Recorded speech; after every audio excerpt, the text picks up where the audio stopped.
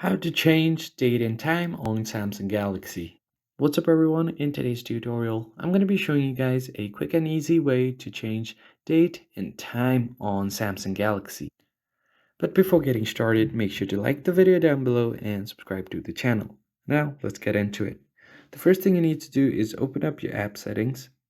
To do that, open up your phone settings first, scroll down and find apps.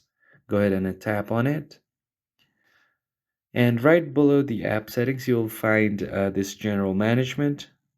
Once you get to it, you'll have an option to change date and time. Go ahead and tap on it. And if you have automatic date and time turned on, then you are not able to change your date or time. So go ahead and turn this one off.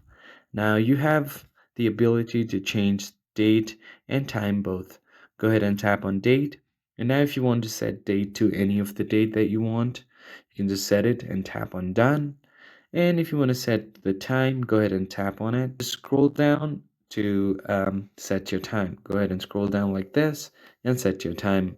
And that's how you easily set date and time according to your need. Now, if you want to set automatic date and time again, go ahead and tap on this toggle and you're good to go. I hope you found it helpful.